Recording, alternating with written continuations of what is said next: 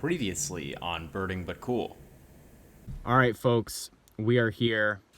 It's 12 a.m. We've just started the big day. I'm here with Phil. Hello. There's Phil. And our first bird of the day, a Sora, is calling off in the distance. Lesser yellowlegs on the road. And I'm looking at a very, very good bird for cameras like this here, a Eurasian collared dove. There is an olive-sided flycatcher in the camera. This is huge. This is massive. This is a really good bird.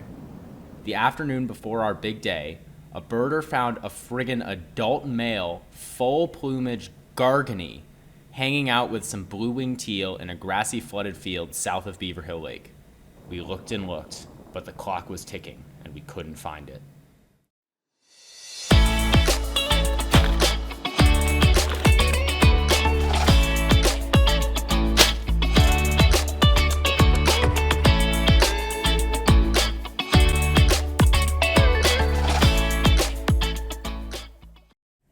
As time ticked away in the windy May afternoon, the Garganey had still yet to show its face. And before you say it, yes, I know this is the same exact clip of the flooded field that you've seen in I think the last 2 episodes. There are 2 reasons for that. Firstly, I was way too panicked looking for the bird to remember to film anything. And secondly, if I had to spend this much time looking at it, so do you. We drastically overshot our time goal looking for the bird here, but we felt like it had to be somewhere in those reeds. We couldn't leave. To be fair, we did add some decent birds looking for it though. A snow goose was hanging around in the marsh, as well as a late greater yellowlegs and a long-billed dowitcher, which would be our only one of the day. After moving up the road to a different vantage point, I picked up a handful of black-bellied plovers far away on the marsh. As I scanned for them looking for other shorebirds, a small brown duck with a white crescent atop its head poked out from the reeds for just a few seconds. I was looking at a Garganey. I was met with a brief jolt of excitement as I shouted out to Phil to get him on the bird, but by the time he had come over and met me where I'd scoped up, the little bugger had receded back into the reeds. We tried to re-find it for about another half hour with no luck before deciding to leave. Devastated that Phil couldn't get his eyes on the bird, we moved on, having a lot of time to make up.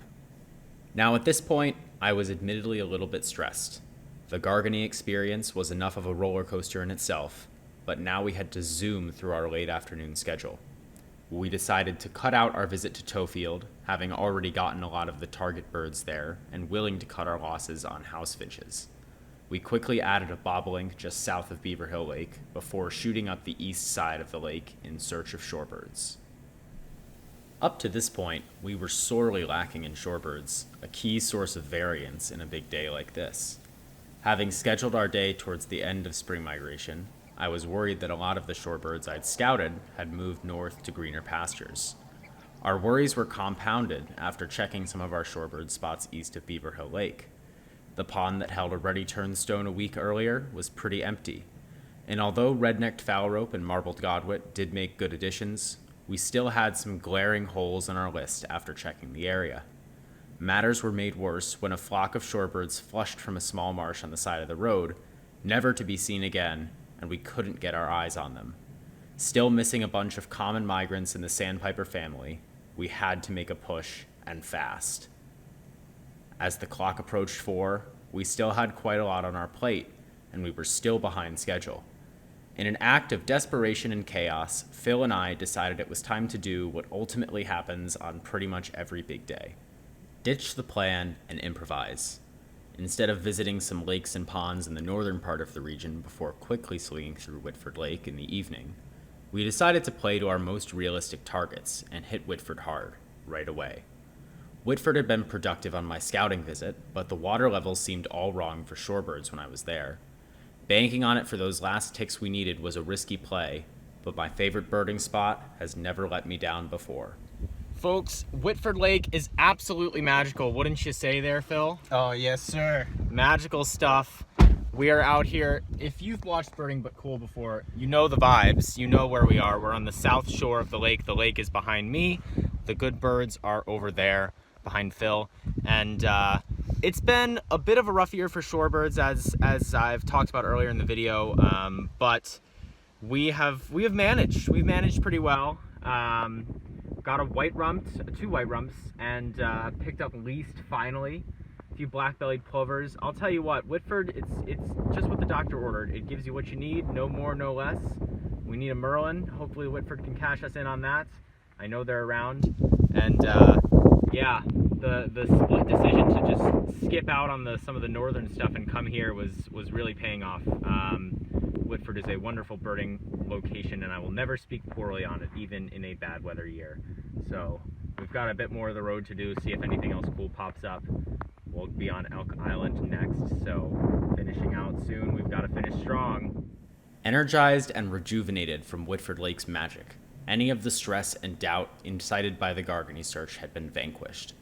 Not only were we now ahead of our schedule once again, but we had checked off a ton of our top targets in a 75-minute Whitford Lake masterstroke. We approached our final daytime stop, Elk Island National Park, in good spirits, knowing we could pick up a good handful of birds in the last few hours of daylight.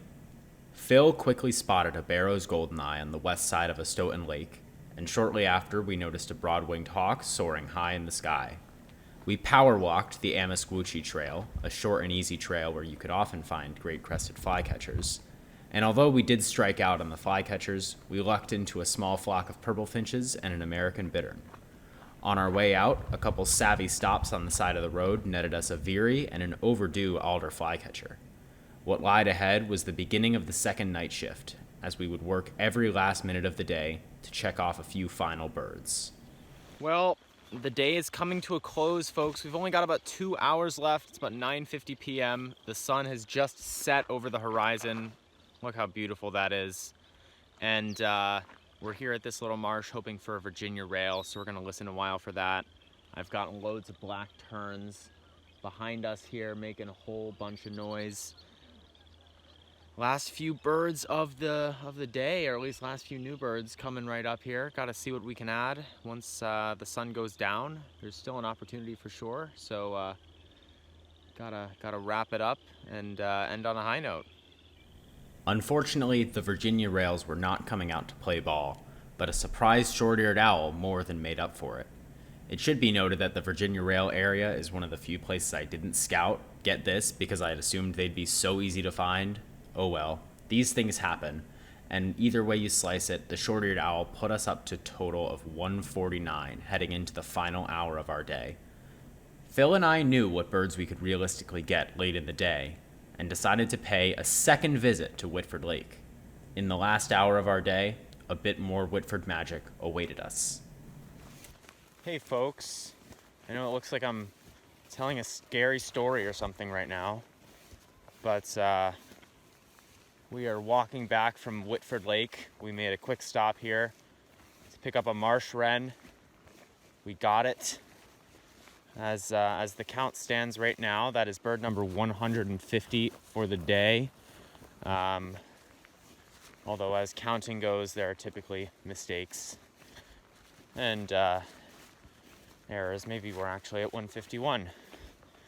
But it's 11:36, and we will be going to the very last second of this big day, as big days go, so we have a little bit more time to potentially pull out something else exciting. Still a bit of brightness in the sky that my phone camera probably cannot capture, which is kind of cool to see. And it's been a long one, it's been a ride, but it's been quite exciting. Thank you for sticking with me the whole way. We might have a bit more action here at the end. Shortly after filming that, the clock struck midnight and our day had come to a close.